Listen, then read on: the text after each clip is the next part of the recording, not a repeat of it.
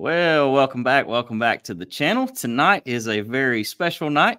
Joining me is none other than the world-renowned doctor and theologian and whatever else you are. It is Dr. Jordan Grant. So, That was Jordan, awesome. thank you for being here, buddy. Thanks, Travis. I really appreciate you having me. This is Yes, fun. sir. So Jordan and I met, I guess, earlier this year. I came down to see him, which we'll get into more a little while later. But we went to lunch and wound up being there for like 3 hours because me and this guy are talkers. And Kenneth said, "I think you met your match." I was like, "I don't know." So, but really excited to have Jordan on here tonight. The title of the video is "Hormones in Heaven," and it's kind of a play on a situation that we had here locally.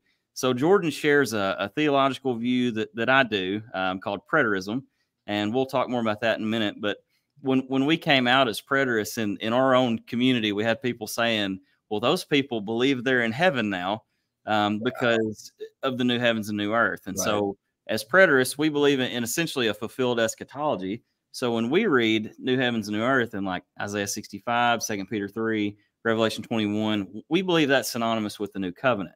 Well, these people think that's synonymous with this eternal state. And so therefore they were running around saying, these guys believe they're in heaven. So it's kind of a funny thing because we're going to get into the hormone stuff because that's Dr. Grant's specialty.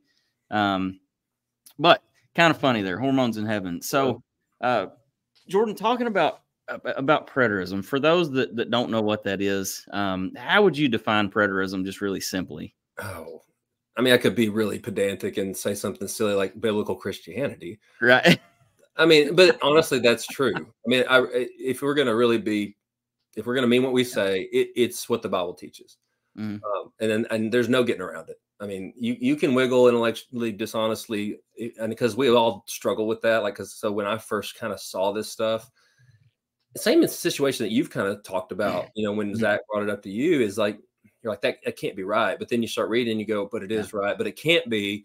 So you think you're crazy, honestly. Why can't I understand? Because I have to know it's this, what people tell me, but I don't see it. And so there's something wrong with me. Their spirit's not revealing this to me, but that's not it.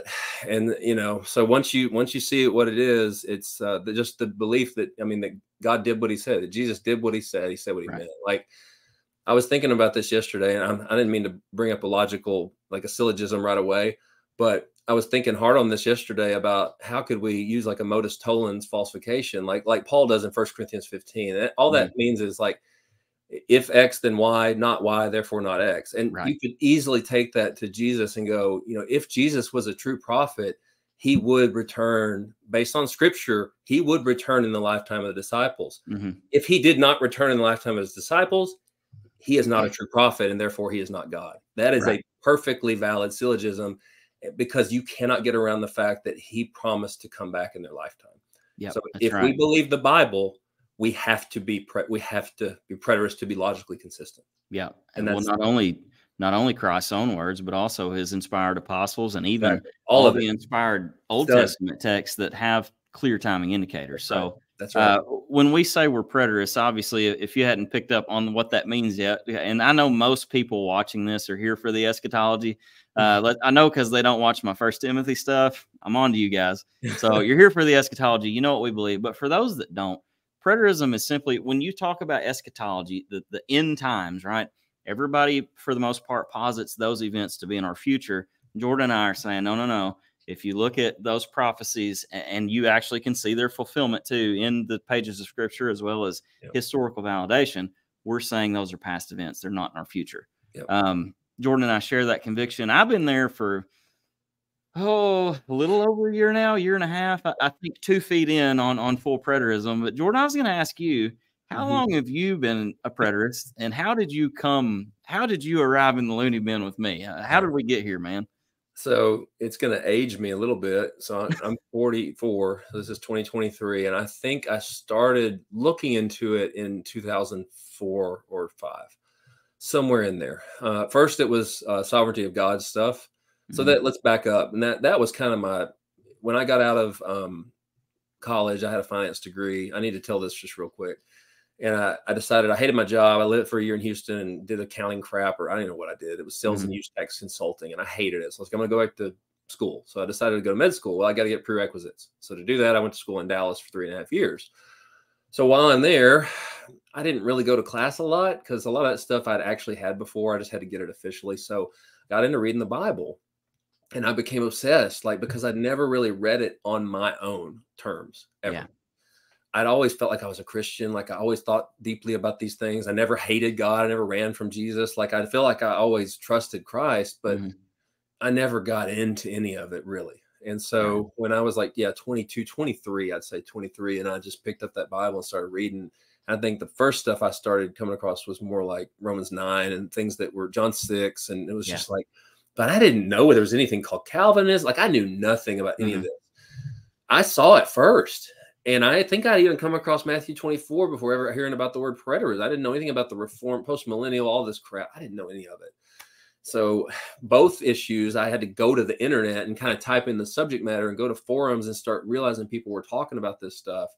And so that's how I got into this, was just really, I became a Bible nerd for a few years in Dallas. And I would love to get back there now. Like, I miss those days because it was amazing. Yeah. Like, God really did a number on me then. And I hate to yearn for that now because you don't want to just yearn for something that's already passed. Right.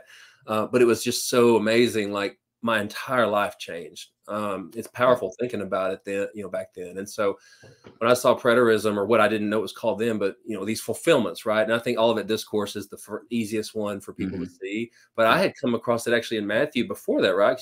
I kind of start with the New Testament. I'd done like this Bible overall course at one of the local Bible seminaries. They were doing a Bible study, and it was like through the Bible in less than a year. It was like quick.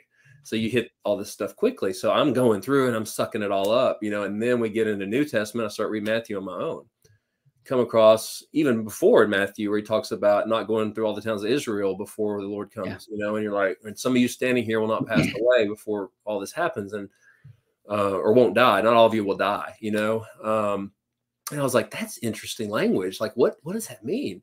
And then you get to the Olivet Discourse and you're like, so then I look into it and I find partial preterism. I find, DeMar, and I find the other guys that were splitting Matthew 24 up. Y'all have talked about it in your videos. Your Gentrys, your Durbins, and Wilsons. Exactly. It was mainly back then. It was Gentry was really, I think, the ones doing that. Gentry and DeMar are probably the two.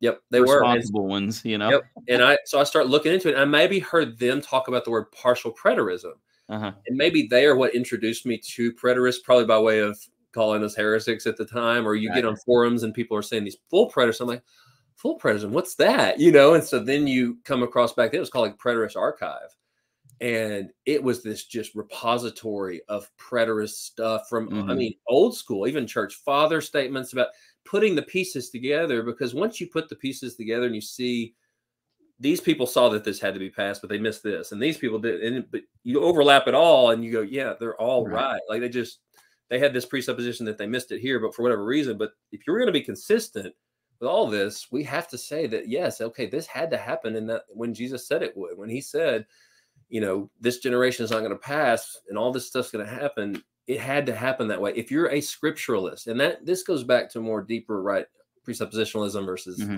whatever. But if you truly say you're a Bible-believing Christian and the Bible's the Word of God, and you see this, like, what do you do with that? And so to be consistent, I think you have to go there to become a full preterist. But I struggled with it for a few months. I think more like, am I crazy? I think that was it. Because I was not a member of a church. I didn't have to worry about being ostracized or extradited or whatever, or hung for treason, hanged for treason. I just was more internally, because my personality type is I don't like being wrong. I want to be right. And so if I'm seeing this, but I feel like I'm a heretic because everybody says I'm supposed to be, it was this inner turmoil for a bit.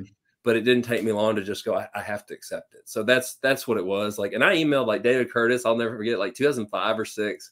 I remember emailing him through like Outlook Express. I can see it in my head because I'd come across some of his videos. Like they were online then, like this trumpets or the feast videos, right? I was about to say, you probably watched the feast day videos and had your brain sitting in your lap like I did. I was like, oh my goodness, why is everybody not teaching this? It was a whole new way of looking at scripture that made sense. And it was like, and then I came across, I think, some free versions of some of Chilton's stuff. And, he eventually became a full preterist, but when he wrote those, everything he basically written in there was a full preterist material, you know, for the most Yes. part, like Days of Vengeance, and then the other Paradise Restored, which I mean, some of that I think, you know, the Dominion stuff that came from that side, and I'm not really into all that, but he still did such a good job in bringing the Old Testament into the New and showing the language, right? And that was mind blowing. And then I got into Don Preston stuff and Sam Frost, and like Sam and Ward Finley, and like those guys were back then, I mean, big time in the movement, quote unquote. William Bell, you know, there was the Church of Christ side, right? And then there's the Calvinist side, and Mike Sullivan was doing all his stuff back then. And so I just got involved with all that community really passionately online, and like social media back then, it wasn't really Facebook groups, but we created, me and a guy named Mike Bennett, who is a preterist out in San Diego, and he's Reformed. And we made this, I think it was a WordPress site or one of those type of websites where you can make a social media site, and it was called Sovereign Grace Preterism. And so we had that Facebook or that page, and it was like a Facebook, but it was private, like a MySpace. It was like a MySpace for people that remember MySpace. You may not, but it was really cool. Like it was really personalized, your own page. You know, you could personalize it, music and whatever. Anyway, so but people shared their lives. They'd share pictures of their family. Like these are preterists from all over the country, and we're talking in forums where we have deep discussions here, but we also share our lives here, even if we're disagreeing over here. And but we still have this common, like we get it, and we don't have all the answers. Like Kelly Nelson Burks, when he was alive, he was in the group with his wife. Really? Yeah, like That's it was cool. Sam was in there, like everybody shared stuff. It was such a cool time to be in that, and it fizzled out real quick when Sam went with the eternity stuff, you know. And so sorry, I know we're getting into stuff other people don't know anything about. No, you're good. Kelly Nelson Burks, his series on the second coming of Christ. Yeah, I can't remember. It's like a 26-part series or something. Yeah, and I don't even know if I ever got through it. I just knew about it. Oh man, I literally was like finding an excuse to drive around so I could listen to it. Like it was awesome. So good and so instrumental for us, you know, because you know how it is. You start seeing the stuff, and you have one initial question, and then that leads to 50, and then that leads to 150. Yes. And you're like, well, if this is that, then what about this? And I remember listening to that series just being like, man, I agree. This dude was good. And I don't even think he had any notes. I think if you ever watch the videos, he's just kicked back in a seat, like getting buckets, you know, just balling. I mean, that's what I love about the Predators. I feel so small, like in my knowledge of all this, because these guys live this, and they're not even doing it for a living. Like Mike Sullivan. I mean, he loves it. He just breathes it. And I'm like, I would love to be that. I'm not. And I've accepted it, but I learned so much from other people. I still evaluate what they say. I still feel like we have to. I go to the scripture and go, is that in context? Do I feel like, and you know, you call people out, whatever, but that's okay. You know, but it's a great little community that we have, you know, all 14 of us. Yeah. All 14. Then is it 14? I couldn't remember what he said. Yeah. It's 14, okay. which is funny because we've got way more than 14 coming to Jonesboro next August. But exactly. It's climbing every week. We're selling more and more tickets. I was at David at Berean a few weeks ago and there were definitely more than 14 Predators there. So I don't know. Yeah. It's funny. You said earlier about something like you were into preterism, but you didn't know that's what it was called. You know, I think that's funny. My friend Jordan, the other Jordan Long. I remember him early on when he and I started hanging out. You know, he said one time we were talking about Calvinism, and he said, I didn't know it had a name. I just thought it was biblical Christianity. I love that. You know, and I thought that was so funny. I was like, I'm stealing that. And then you said that as soon as we got on here tonight. I mean, I know that sounds kind of shocking to people, but it's like, if I'm going to be like, you know, Gordon Clark here and just call things for what they are, it's biblical Christianity. I mean, it really is, you know, and I'm not saying that you're not a Christian if you don't believe in predator. That's not what I'm saying, but that's not the same thing. Right. Yep. You're right. But no, man, it was a great journey. Like, and I kind of lost touch with it during, not that I just always believed it. So then I was like, once I was in medical school residency, it was like, okay, well, what now? I don't know. I got to focus on this part of my life. And I kind of got out of the circles once the Sam thing happened. Cause I had made a lot of posts and responses to him on that because it made me think hard about what he was saying. It made me dig in deeper to reading Gordon Clark's and Sam. Cause I looked up to Sam. Like I really respected Sam. I really did. Like I read both of his books this year, and I think they're phenomenal. From the Predators. He was a great thinker, and he lost his mind. Like, I mean, I'm going to call it right now what it is, because preterism is true.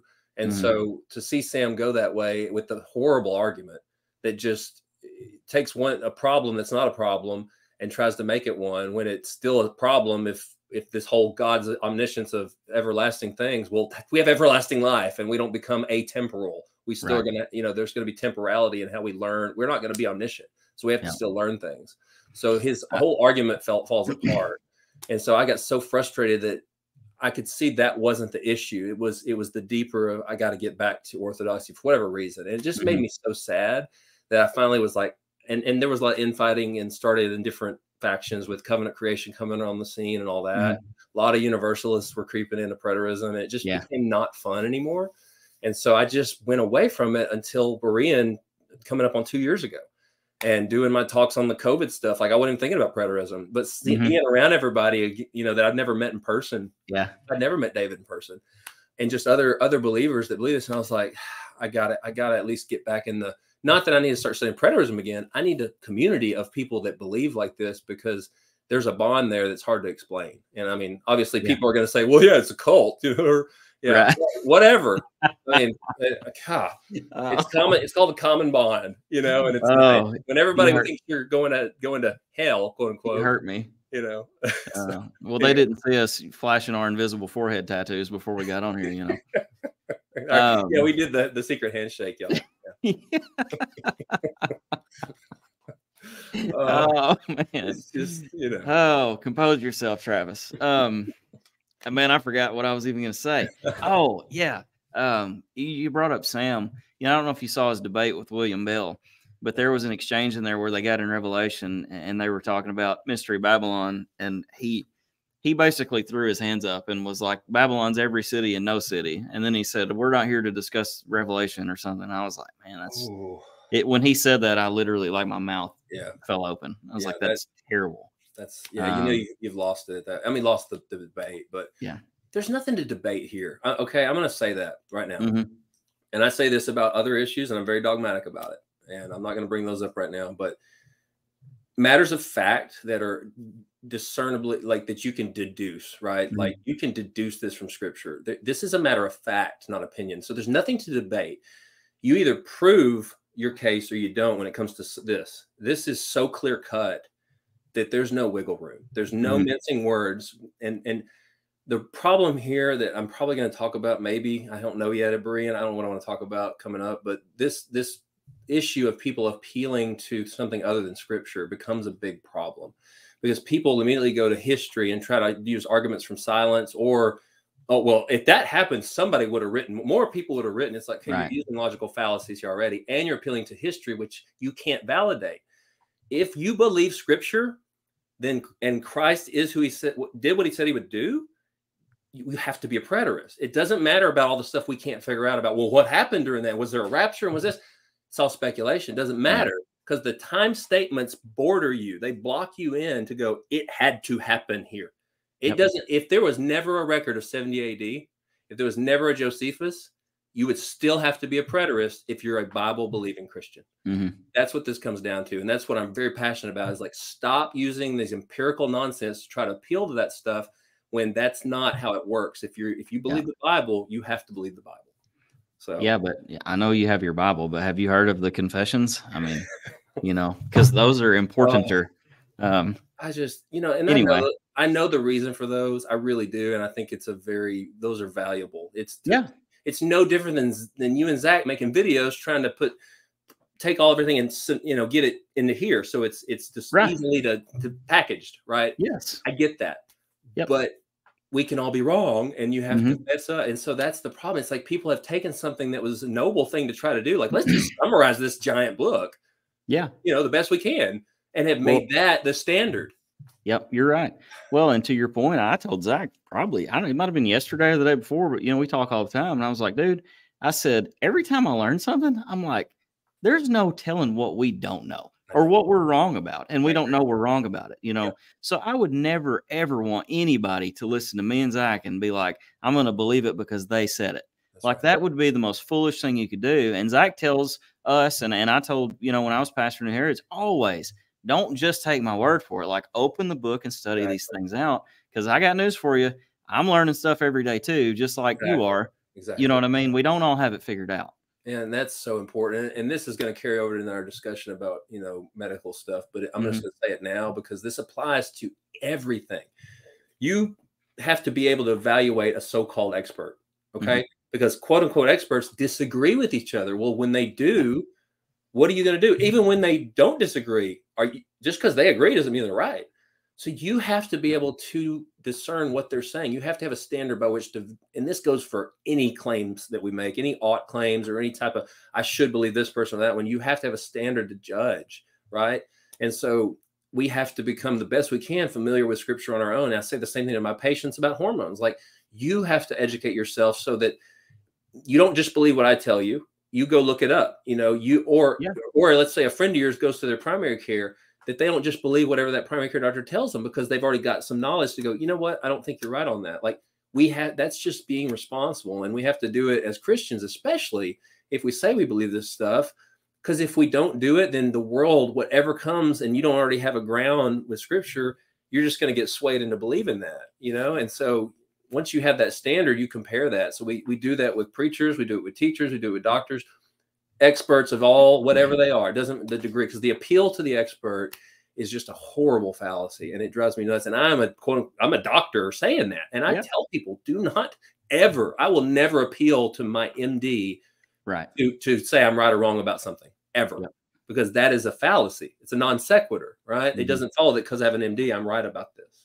Yeah. So that's, anyway, I'm sorry to get passionate about it, but that's it's such a big issue that Christians have got to stop doing it. They've got to, you got to start questioning, you got to start critically thinking, and just stop being lazy. I mean, and I'm just as lazy, because I'm not reading the Bible like I should, we've all got to hold each other accountable and push for that. Scripture has to take precedence again, like that's my thing. It's like, I really feel like this, almost like we need another, like a sola scriptura reformation, like, because you have to get back to, because Luther, you start reading some of the stuff he said, like, it's like Gordon Clark saying it. It's like, no wonder Clark was a scripturalist. Luther said it. Calvin said it. Those guys were scripturalists. I mean, that was their epistemology. Yeah, and that's their standard. It's crazy. Yes. I mean, everything. I mean, what some of them even said, without scripture, Luther, I can't remember if it was Luther said, if it's not from scripture, it's from the devil. Like, I mean, that's their thinking of the time. And then he farted on them. Exactly. It's so important that we've got to stop, because Christians are getting duped by the pseudoscience world and all the standards that they use to make claims. So they think that stuff's legit. So then they try to use that for evidences of Christianity or not. You know what I mean? It's like, no, you got to go with the Bible. You can't. So once you swim in that other swimming pool over there, you're done. Like, because they're going to use that and they're going to hang you upside down. Like, I agree. Don't go there.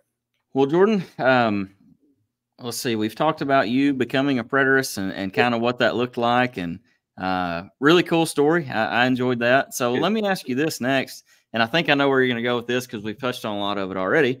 But what do you think the biggest challenges are in the church today that are keeping preterism from becoming quote unquote mainstream?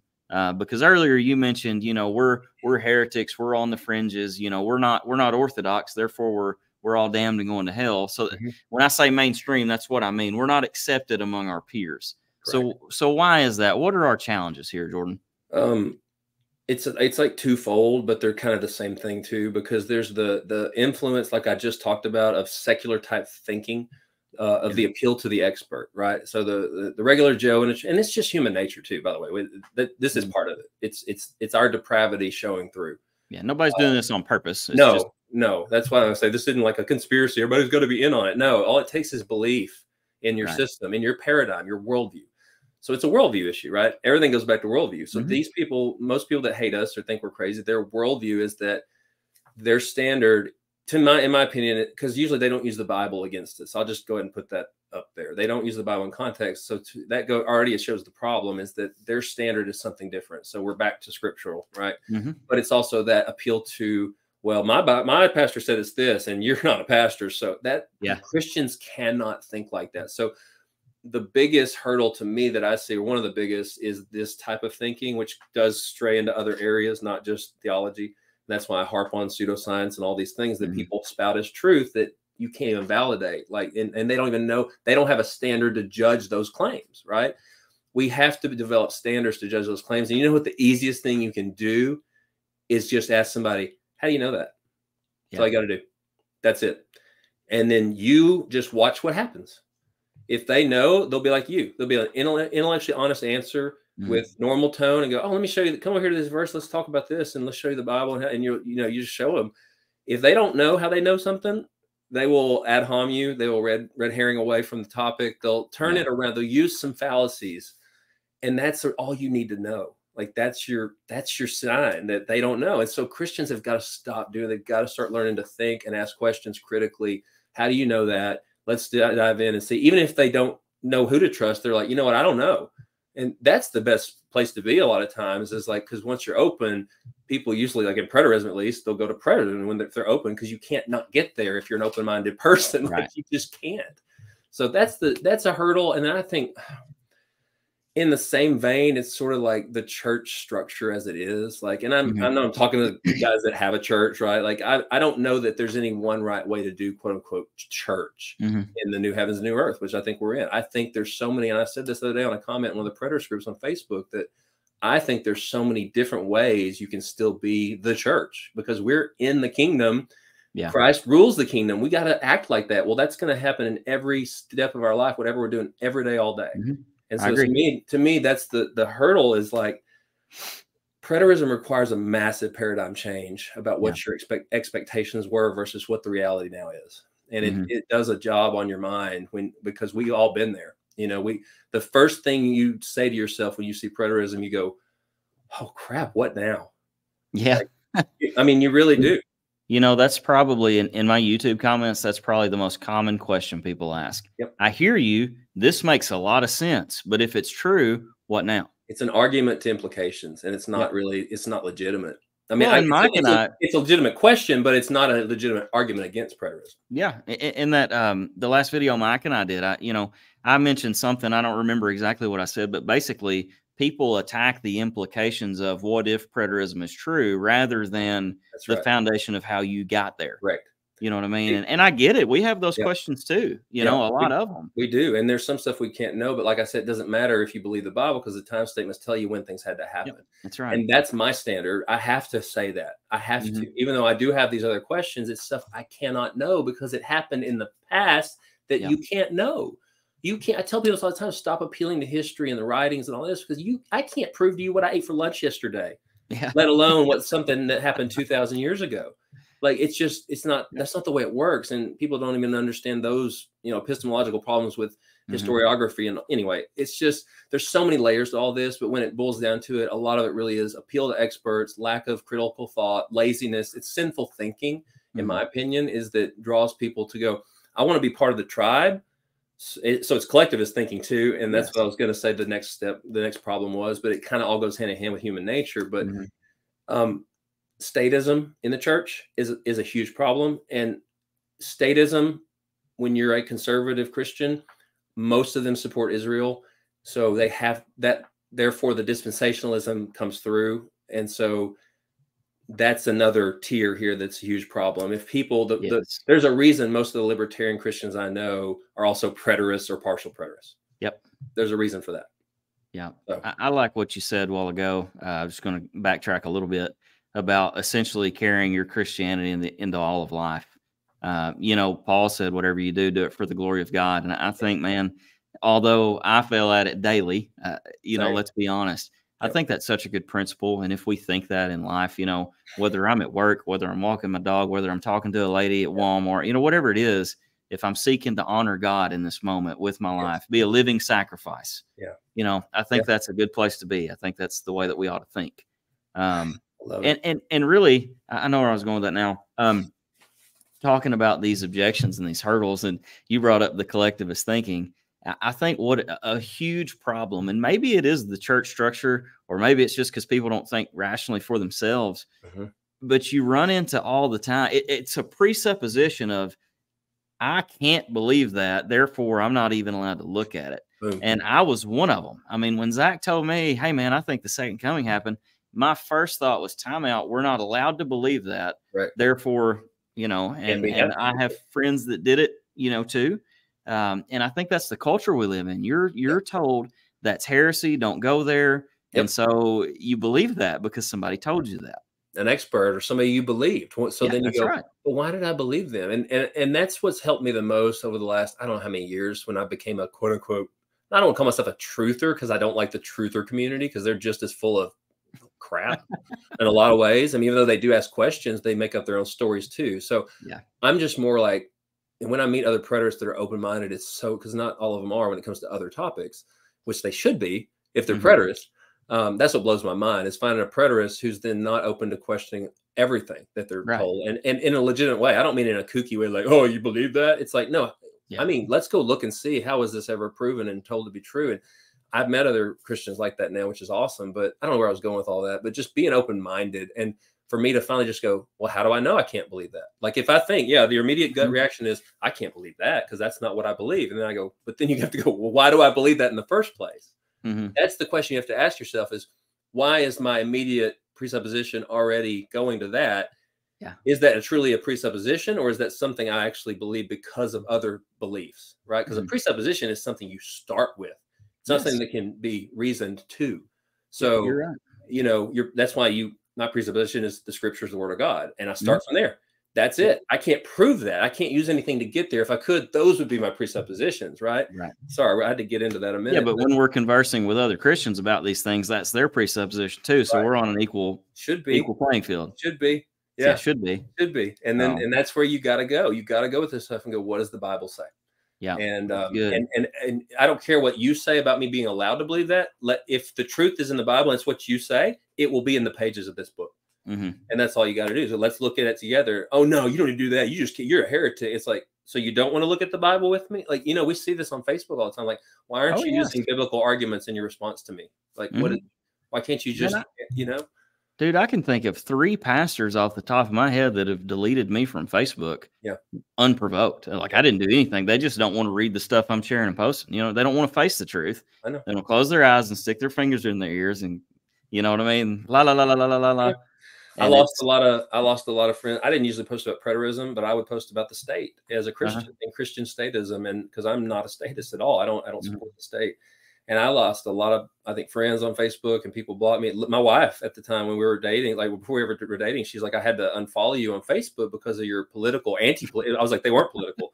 But now that she gets it, now these things, she's like, I get it. I get what you were saying then, but it was annoying to me then. I'm like, that's how everybody thinks of preterists. They're like, these people are just stupid and just these insane little crew over here. Yeah. Why can't they see the real world over here? You know, that's what they think. Until we all got together and thought, hey, let's hold a position that everybody's going to think we're completely bonkers. That'd be awesome. Super advantageous to us, you know? Yeah. Well, that reminds, exactly. It just makes no sense. Kind of like the guy you said about Christians inventing the prophecies already happened after the fact. It's like, well, they did a crappy job convincing people if preterism's just now coming out on the scene. Yeah, absolutely. Wow, what a terrible religion. Like, God. But anyway, it's just be open-minded to ask, you know, how do we know that? And when it comes to biblical theology, you got to go to scripture. Be a Berean. Let me ask you this, because earlier you used the word movement in reference to preterism, you know, or when the Sam Frost days and so forth, you called it a movement. Yeah. I think that's fair today. I think it's fair to call preterism a movement. Any wave of a specific, you know, there's been a move of the Reformation was a movement. Exactly. Let's be honest. So everything technically is a movement, but yes, there's a growing collective. Not that means it's right or wrong, but there's something happening. It's undeniable. Yeah, it is. There's a continuous growing, and that's happening in a lot of different areas of thought, actually, which is interesting. And whether, you know, where it goes, it's a movement. And so we do have, and there are strength in numbers. I mean, there really are. But this isn't a battle that, it's not like I need to win this because it's already won. You know what I mean? Like. Yeah. I don't see this as a competition against them. You speak the truth in love, which I have a hard time doing because I get so angry about stuff easily, you know, but if we just speak the Bible and say what the truth is, it doesn't matter if that person believes or not. God will enable the mind of whoever he wants to, but there's a bigger purpose for this. Like in 1,000 years, 2,000 years, people may look back and see it as a reformation, and eschatology may not even be a topic at all. I mean, preterism may actually be that's just it. But then people have to go, is it because it's orthodox, or is it because it's biblical? You want to always keep the Bible in there, you know? It'll be interesting to, I don't know. So do you see this as something that we should be worried about pushing, or is it just not really? Oh, I mean, if truth matters, I think we should talk about the Yeah. truth. Yeah. I Okay. do think we should push it, but not from the angle of you have to believe preterism. It's like Right. let's get to the Bible, Hmm. because if you get to the Bible, you will become a preterist. Like that's Yeah. how strongly I feel about this. It really is. Yeah. I And agree. it's the same exact thing for any other Well, script I think you just philosophical answered my issue. next. I think you just answered my next question because I was going to ask. Okay, in light of that, how do we push it? If we want the truth out there, what do we do? And Yeah. you're saying take them to the Bible. Yeah.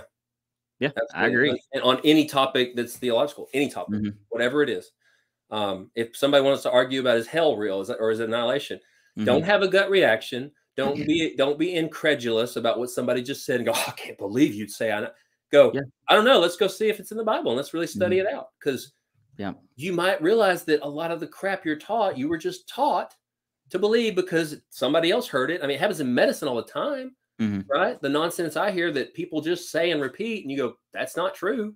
Like they've actually falsified that with studies. That's the best thing studies can do is falsify a claim. Yeah. And they've done that. And yet y'all still repeat the lie. That happens in theology all the time. Yeah. Like, so I agree. yeah. I agree with you. I think the main thing is just keep teaching the truth, and there are people that honestly are seeking answers. I know they reach out to me, they reach out to Zach, and I hear about those, Yep. and they're out there, and they're local too. And, a lot of people maybe wouldn't want to align themselves with you because they're scared to be shunned or whatever. But I'll tell you something that turns me off in the predators community that I see a lot is a lot of people, it seems like in our camp, they're just like looking to fight with Yeah. somebody. You know what I mean? I see that all the time, Yeah. especially on Facebook. It's like just random. Here's a status that's meant to be controversial and invoke a response. I know. And I don't think that's. Yeah, I agree. And I've fallen prey and I've gotten so much better about just, I'll want to comment so bad because it's human Yeah. nature.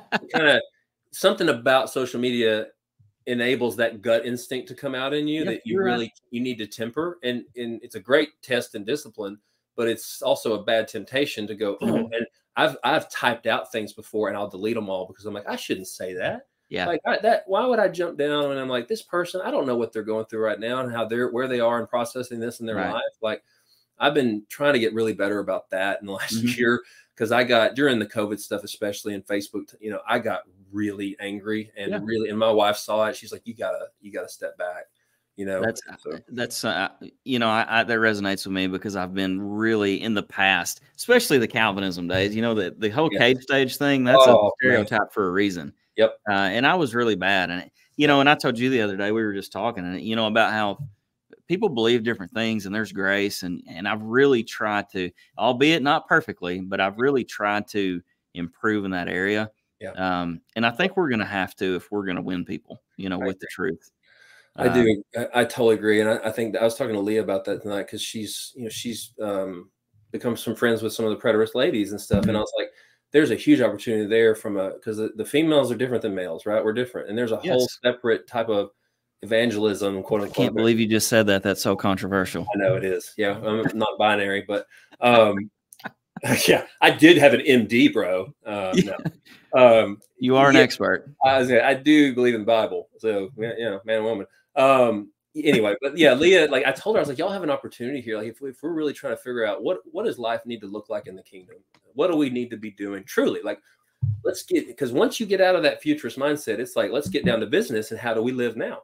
Yeah. And that's why David uses Francis Schaeffer's title for his conference, How Then Shall We Live? Mm-hmm. There's a reason for that because we have to figure out what are we supposed to be doing day in, day out, because the temple's gone, the rituals are gone, the religion's gone. Like, and I know that there's carryover still in quote unquote churches. Like I get that. I don't know that has to be that way. I think it can look a lot of different ways depending on where somebody is in their life. Like it doesn't, you should still, fellowship with believers. And I miss that. Like I want that. Right. And a lot of predators do. Like I've met so many now that are scattered and we get together at the conference and it's just this amazing time of fellowship. Like it brought David to tears, we were there a few weeks ago talking about fellowship because it's a beautiful thing. It really is. It's powerful. And I think that is just a microcosm of the whole lay of the land because they're everywhere, man. And they're just on an island. Yep. Exactly. And I think that's so sad. I met on here with a guy from Brazil. Now that I say that, that's probably been 6 or 8 weeks ago, but You know, he Awesome. was just sharing some of that with me, and he's like, "I'm in a dominantly Roman Catholic and Oh, Reformed Presbyterian area, and you wow. can't talk about this to either one, you know, either group." That's right. Yeah. And so So, I act like I got it bad. I don't have it bad because I don't have anybody. I'm a loner. I'm a hermit, you know, so I'm not right. worried about being kicked out of any camp. I'm the most anti-tribalistic person you'll ever meet. Like, Uh-huh. I mean, I'm that guy when somebody says, we're going to win Thursday night. Don't tell Zach this, you know, we're going to win Thursday night. And I'm like, who's we? Are you on the team? Like, Right. I'm that guy. Like, I'm that idiot that people are like, shut up. You know, Yeah. that's how, and it's just because I don't want to be part of a group. Maybe because there's some weird fear there of getting kicked out of one, you know, I don't Yeah. know.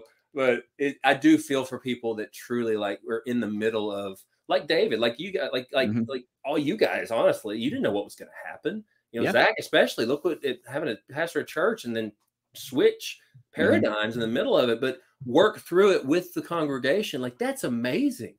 I mean, it's just such a Yeah. cool story to see how all that went down. Yep. And that most people are like, yeah, we're with you, and because we want to look and see if there's more to Mhm. this. Like we trust you. There's and people have told me that before because like if I said something crazy with COVID stuff, they're like, but I respected something about you, so I went and looked for myself, and lo and behold, you weren't full of crap. And I'm like, well, thanks.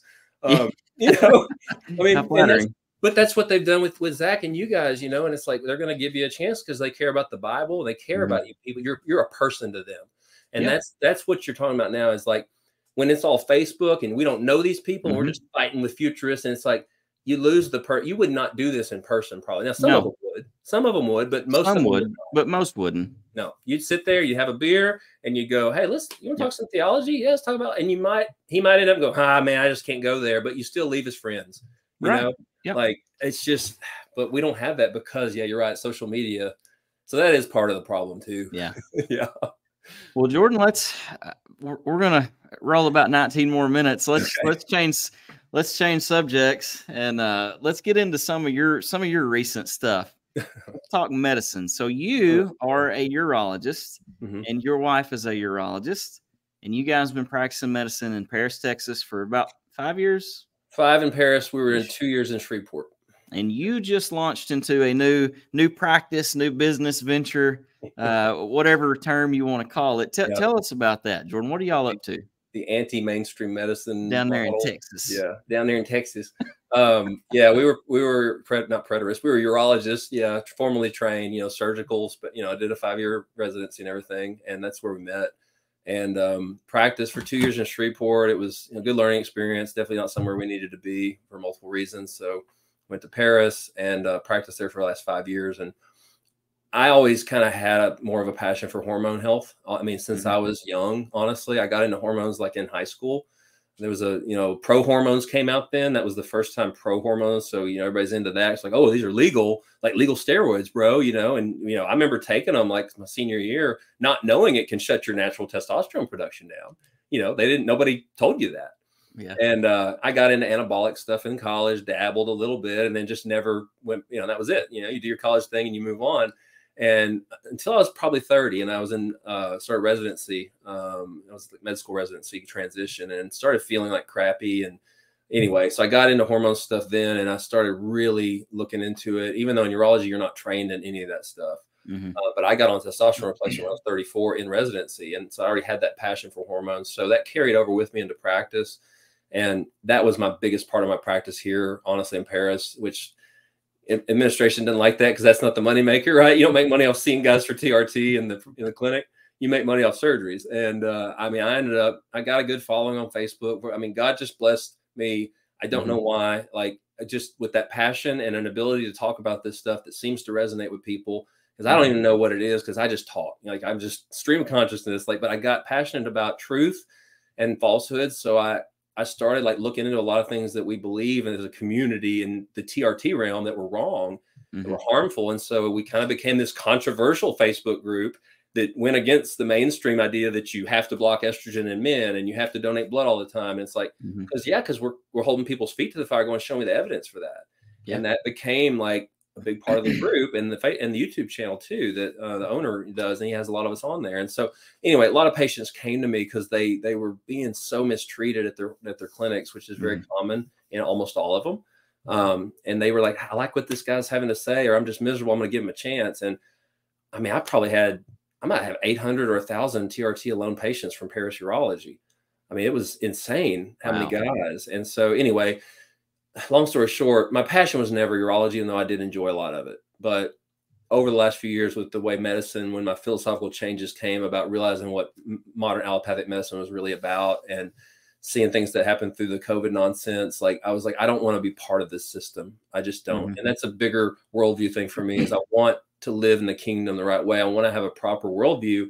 What does that look like? Well, can I be aligned with a system that I know at its foundation is completely nonsensical, honestly, and that what's coming down from on high trickles in and hurts people because of the expert worship, because of the statism, right? We're back to that.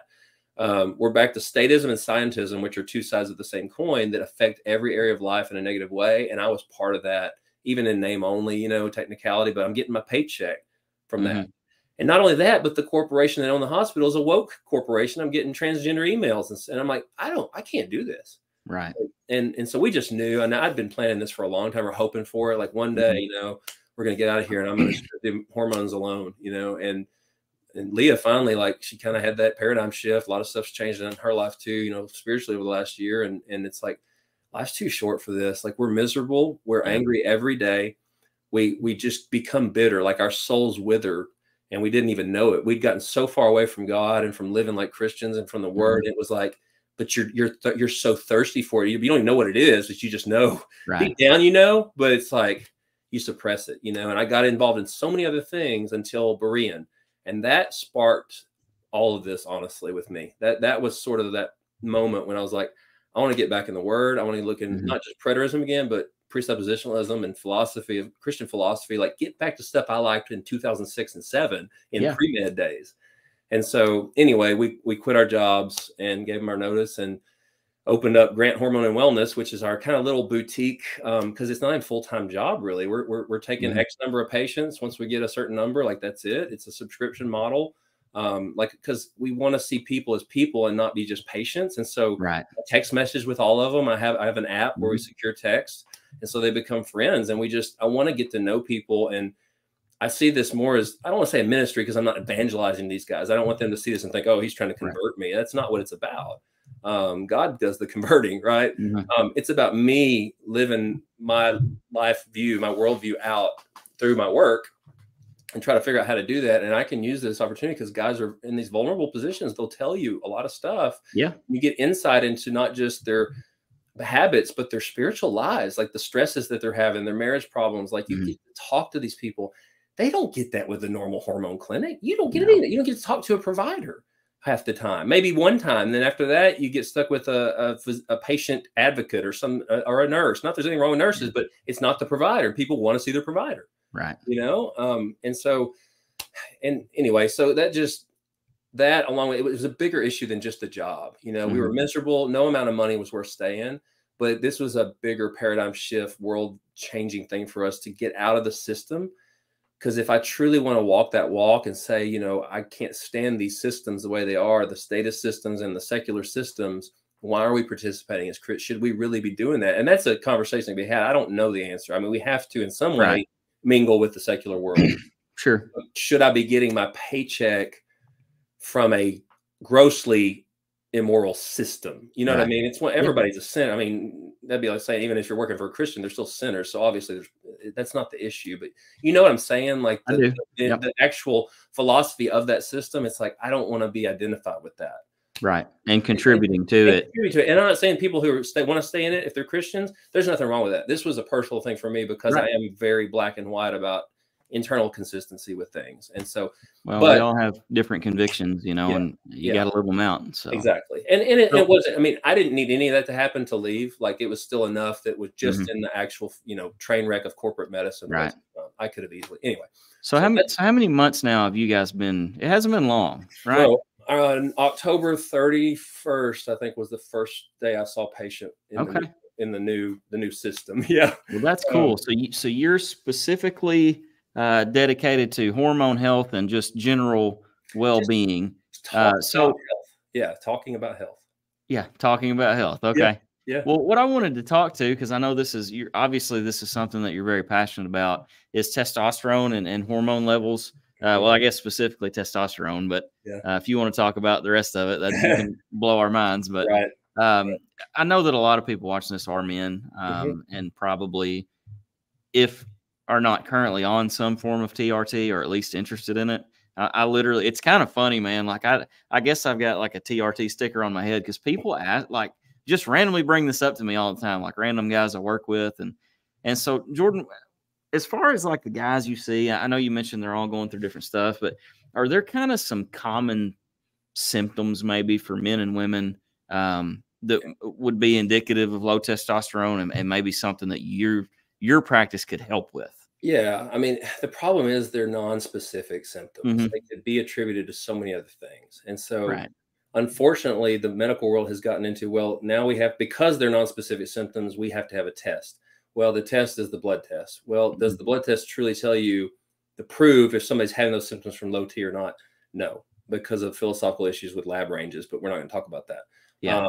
But there are issues with that. Just, claiming that's the standard. Like, why is that average the standard? It changes all the time because they take them from normal people, and most normal people aren't real healthy people. And so, well, then why is that the standard I'm shooting for anyway? But there's also a very big difference when you take testosterone and when you're checking a baseline level. It's not the same thing. So I treat guys based more on like they have symptoms of fatigue. The biggest complaint I see, a lot of people think it's like, oh, they just want to gain muscle, or oh, they want to have sex every day. Like I hear that all the time. Like people think that's what it's about, that aren't the men coming to me. And it's not that. The biggest complaint is I don't have the desire and drive to do the things that I really want to do, but I can't get my butt out of this recliner because I'm just that. And it's true. It's like somebody has literally sucked the life out of you. Yes. And that's a common low T quote unquote complaint. Now, could it be being caused by something else? Absolutely. Root cause is almost sometimes impossible to figure out in medicine. It just is. Right. So that's why I've become, even though I'm such a big advocate for cause and effect and proving your claims, you can't do that in humans because we're not science experiments, because you can't control variables in humans. Nobody even knows what the heck's going on inside as we live. You can't study an actual intact living person and control variables. And so we don't really know. So I'm more of the advocate of, let's treat you with some testosterone if you do have some of these symptoms and see if you get improved. Now, does that prove that you had a testosterone deficiency? No. And I know people go, what? Right. Well, it's a logical fallacy to do that, right? Just because you get an effect from a product doesn't mean that you're deficient in that product to achieve that effect, right? Like if you take cocaine and you feel better, it doesn't mean you have a cocaine deficiency, right? Like I mean, really, I use that example a lot, and people get that. They're like, well, yeah, because we're not supposed to be taking cocaine, right? People are like, I feel great. I know. Yeah. You're like, oh, yeah, you must needed that. Yeah. Okay. I mean, so there are those philosophical, issues, but most mainstream doctors do not think this way. It's all about that lab range, and that's it. And to the point where if you go try to get insurance-based care, if you're 1 point above the low end of normal, they will deny you, which you shouldn't go using insurance-based care for testosterone replacement anyway. But sorry, I'm skirting around a lot. But basically, you're good. Symptoms are non-specific, but the biggest complaint I see is the lack of motivation, the low drive, the vigor is gone. Sometimes low sex drive, sometimes not. That's not always it. Sex drive is very individual dependent. It's not a hormone issue. What about sleep? Poor sleep, which again, look into sleep apnea, look at stress. You have to look at all that. But then it's like chicken or the egg.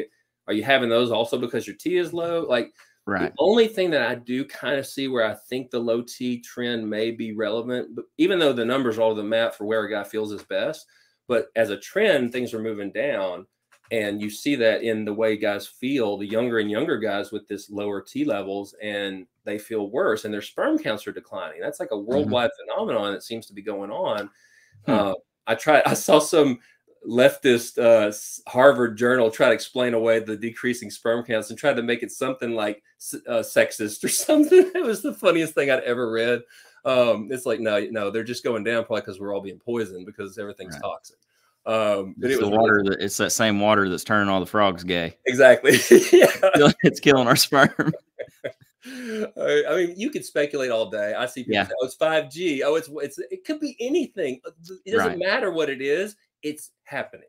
And then you have to ask yourself, well, just because you're describing something happening, does that mean it's bad? Well, if we think it's important for people to have children, then Sure. to me, declining sperm counts is not a good thing, quote unquote. So Hmm. ethicists can argue that all day, but in my opinion, that's indicative of the bigger problem that something's causing that, and it's probably not Yeah. healthy.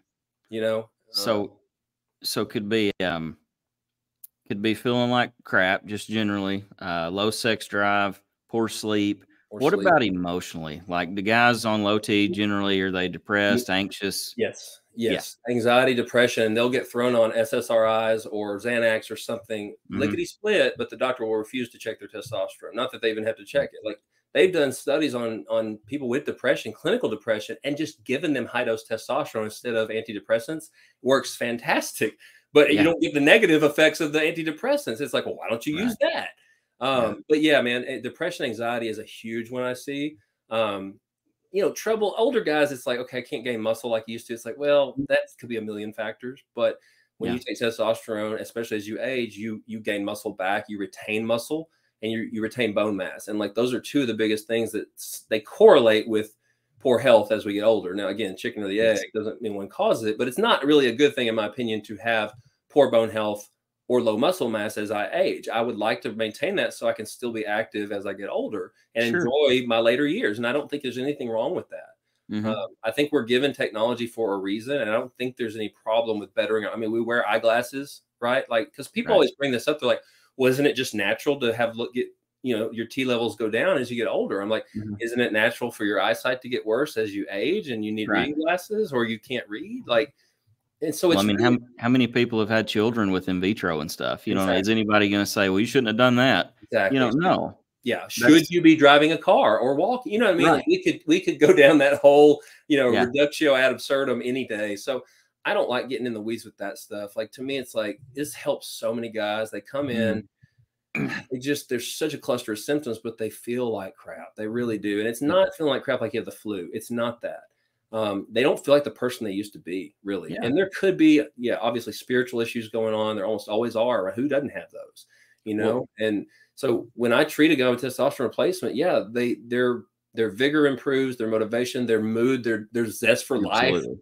And it's I mean, it's a very I hard do. thing to explain until you experience it. Yeah. So everything you're saying is true. So just spoiler alert for everyone that doesn't know, I'm a patient of Jordan's, and I did TRT. Yeah, I know. Hello, HIPAA, right? No, No, but I did TRT prior to coming to you, and it was injections. And I know maybe you'll get into the cream. I don't know.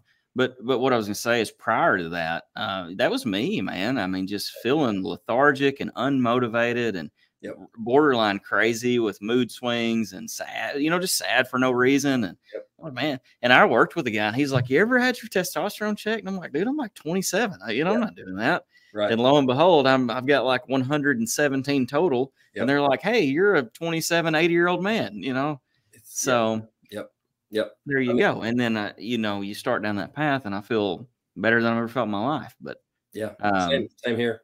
I mean, wonderful, right? How'd yeah, that happen? and I agree. And I like I said, I've been on TRT almost 10 years. I don't even know. I'll be 10 years in June. Um, and I've been on cream for 2 almost. And that I mean, we don't have to, there's nothing wrong with injections. I mean, we can talk about that. There's injections and cream are the 2 best ways to do it. Most guys do Yeah. injections. It's the most traditional route still. Hmm. But there is something about the cream. And I was kind of like, I saw it in my patients. I've been prescribing it for years. Yeah. And I'd see the difference. I'd see it in the room. I'd Hmm. see how much better they're like, "Oh, I feel good, doc." And the Yeah. injection guys are just kind of like, "Yeah, I feel all right," And I was like, I was an injection guy, and I was like, well, "I just feel all right too," like I want to feel great. And Yeah. I was like, I wonder if I can feel better because it may not. You never know. And Yeah. when I switched, like within 2 or 3 weeks, it was like, okay, never going back.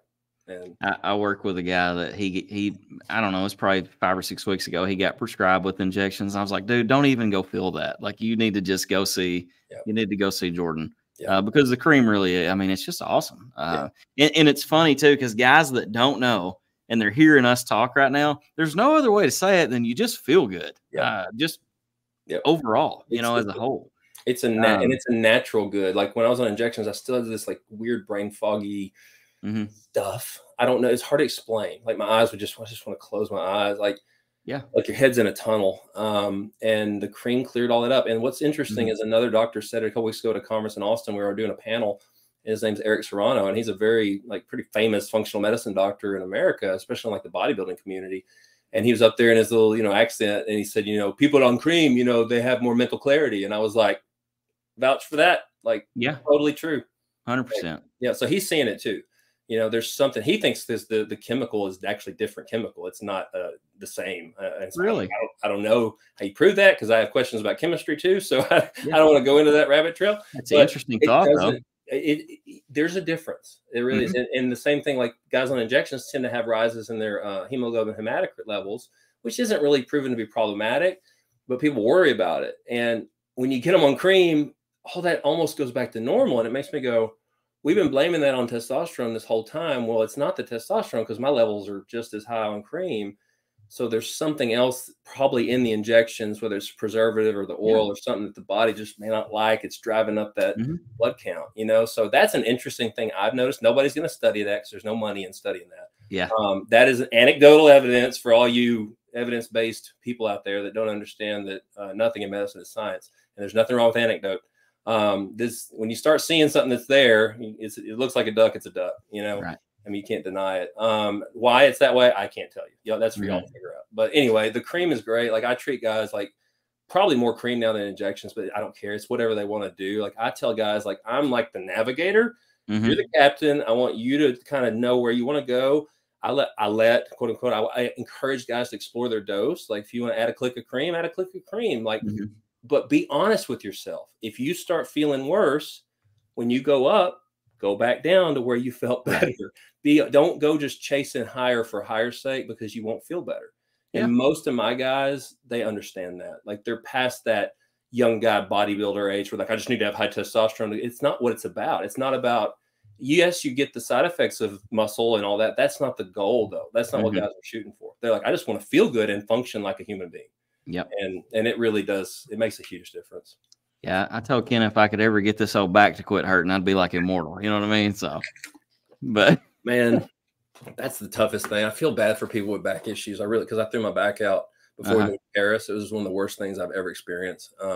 So I really had a lot of empathy after that for people with chronic back pain issues. Like, it's not fun.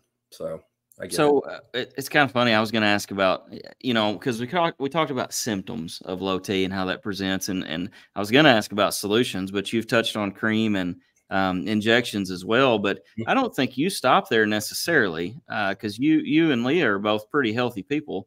I know you even on, you went to Berean a few weeks back and posted that you guys were in the gym together. Yeah. So you exercise and you guys eat pretty good. Yeah. And I think you may not push that per se, but you suggest that in people's lives. And I do more actually now that we're on our own than I did when I was a urologist. Kind of time to get into that, for a 15-minute visit, you still have time. Now I can spend as much time as I want to. Right.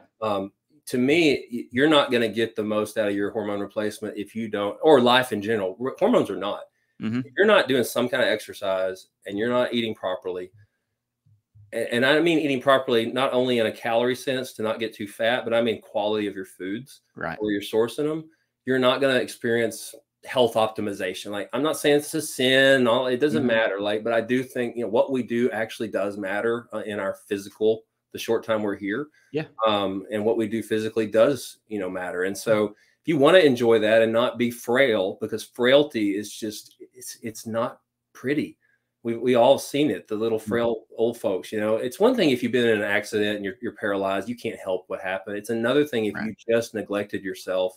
And it doesn't take a lot we're gym rats. So I'm not saying you're going to be like me. Not that I'm anything, whatever. I mean, there's these jack dudes everywhere. And I'm like a stick, but I've been a meathead my whole life. I've always been in the bodybuilding when I was a kid and weightlifting. So now I'm tempt that down, but it's easy to maintain where we are. So I think people do see like an unrealistic expectation. Like, he's 44 and look at him. It's like, I've had muscle for a long time. I just learned how to eat right 6 or 7 years ago to get the body fat down. That was like, woo, I always knew what to do, but I never did it. And so once I finally was like, I'm going to be disciplined and I'm going to eat less food and I'm going to weigh my food and I'm going to log it. I lost 52 pounds the last year of my residency. I mean, I was 182 pounds when we got married. I was 240 a year prior to that. Wow. I mean, and that's big for me. I'm not a big bone guy, I weigh 200 right now. People look at me and they're like, you're not 220, 230. I'm like, no, I'm 200. And so anyway, you do have to do all those things. And I do wish more Christians knew about that. If they want to really enjoy life to the fullest, like the mental, the spiritual, the physical, like all these things, there is some importance. Now, I'm not on board with the fact that the health has become an idol for the secular world. Like everything's about, oh, you drink alcohol's a toxin, man. You touch that, like you're just like, it's like you're going to hell, you know? They're that black and white. It's like, you may die walking across the street. Like God's got that. He's got it. Like there's nothing wrong with drinking a glass of wine or a beer. I mean, they drank alcohol in the Bible. If it's good enough for Timothy and good enough for the disciples, good enough for me. Right. Yeah. You know? So I'm not going to be this purist where it's like, no, you must do this, and that's it. You know, it's like moderation. That crowd exists even beyond just alcohol, though. I mean, I know people that like would freak out, you know, over using like fabric softener or eating a corn dog. You know what I mean? Just they're like so uptight about the health world that they can't enjoy those things. You know, it's a horrible place to be. And that year, I lost on both sides. It is, yes. And that year, I lost all that weight. I had gotten so food focused by the end of the diet, like it was not healthy. And so I never want to get back to that point where I was so obsessed that I couldn't not think about food 24/7. Whether it was not in a positive way thinking about food, it was like an ecclesiastical, like I'm enjoying my life type of thing. It was like, I hate food, but I want it. So how can I learn how to make the lowest calorie protein banana bread that I'll ever make because I want sweets that bad, but I can't have the calories? It was like pathologic. So I learned a lot just from going through that. And now I can talk to people on both sides. You know, there's the gluttony side where they just don't care, but then there's that food eating disorder side.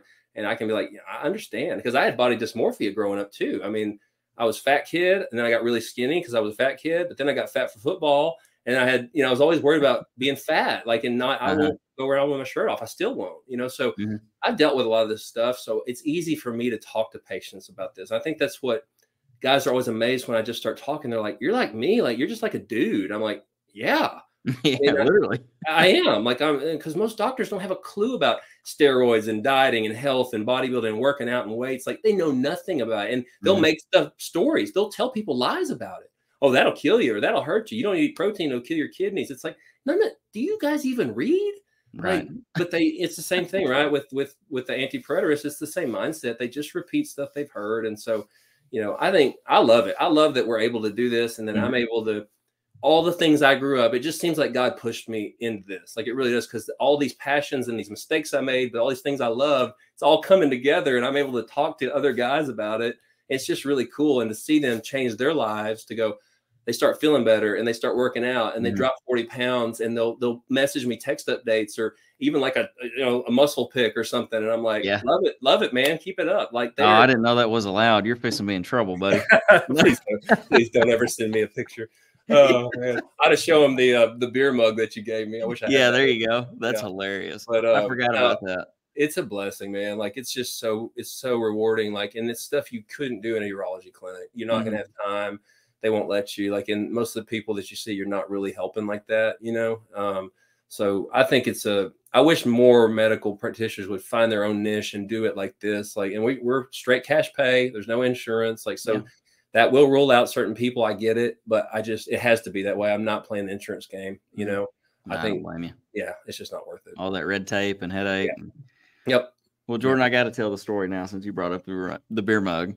So when we went down to meet Jordan, I thought it would be funny because he had. What'd you joke about being like my second YouTube subscriber? I think I said first, but yeah, maybe second. Do I get anything for that? Yeah. Yeah, that's what it was. And so I was like, yeah, I'm gonna show him. So my YouTube logo, obviously you probably can see this. I don't know. I'm looking at StreamYard right now, but it's just a sketch that my friend Ben Stokes drew of me. And so I had Walmart make a beer mug with that logo on it, with my face on it.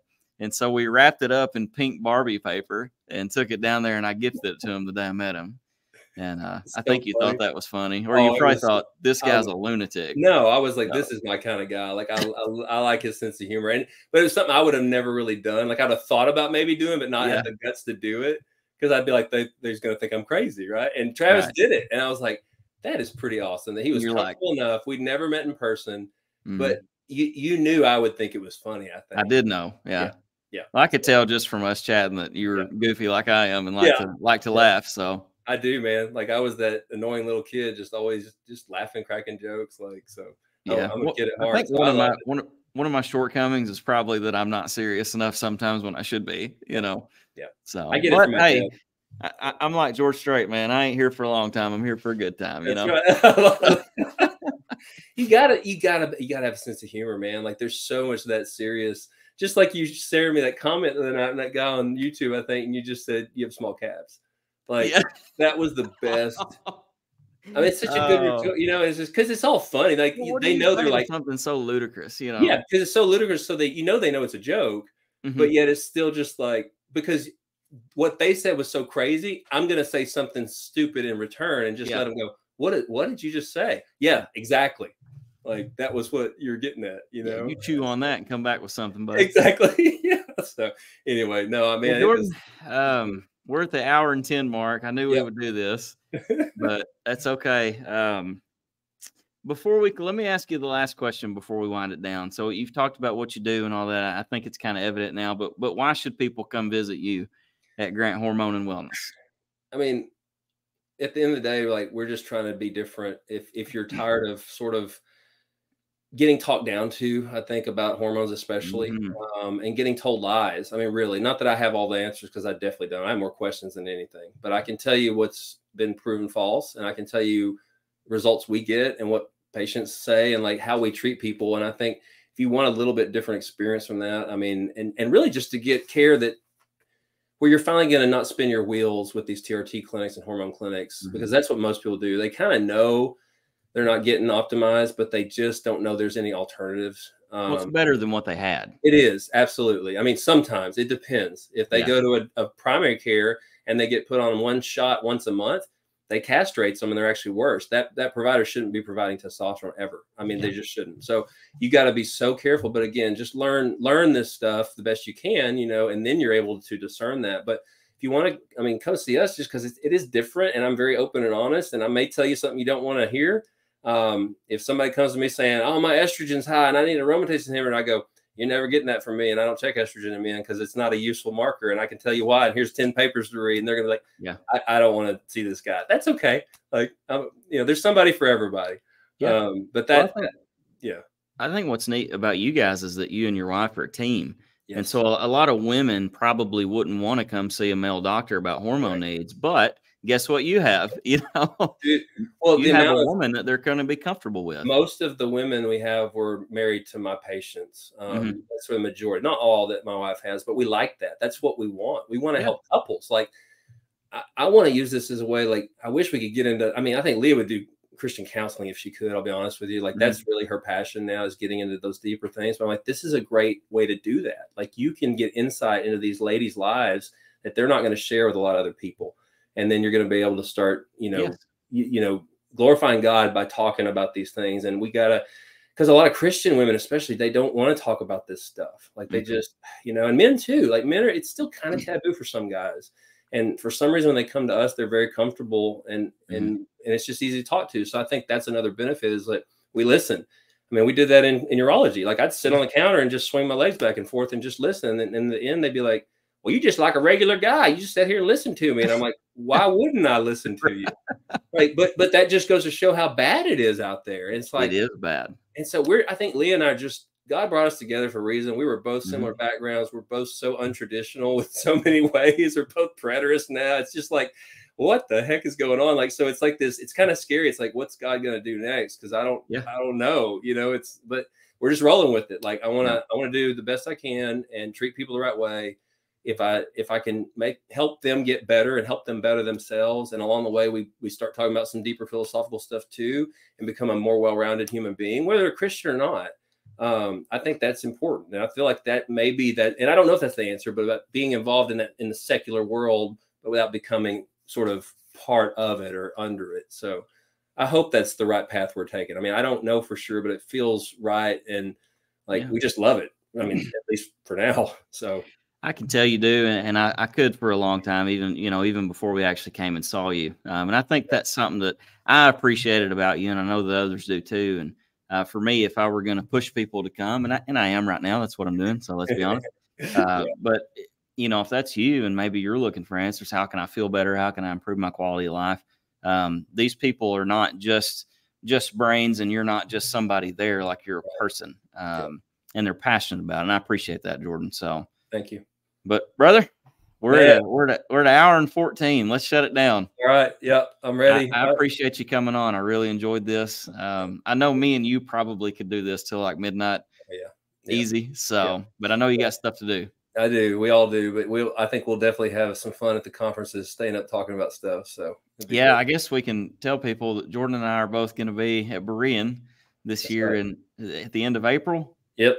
That's right. And also, I think you guys are coming to Arkansas in August for the Lord willing, we will be there, man. I'm trying to round up people to go. My buddy Abe, who I converted to preterism, I think maybe 2 years ago. He's awesome. He and his wife sold all their stuff like 4 years ago and live in a van, and they travel. That's cool. They're super cool. But I remember bringing up preterism like just casually in a text message, and I mean within like 2 days, dude's a full pro. I mean, he's that sharp. He's so logically consistent. And so anyway, I'm gonna try to get him to come to Arkansas next year. That'd be cool. Yeah. So Berean is in April. That's in Virginia, and then the Arkansas Eschatology Conference, which we creatively named, you know, is that's in August of 2024, and that's here in Jonesboro, Arkansas. So you can meet me or Jordan at either one of those. It just depends on where you're at in the world. Or you can go to Texas and you can see him at Grant Hormone and Wellness. That's right. Thank you. Yes, sir. Well, brother, I appreciate you being here. I really enjoyed it. Me too. And with that, we're out of here. Peace out. Thanks, man.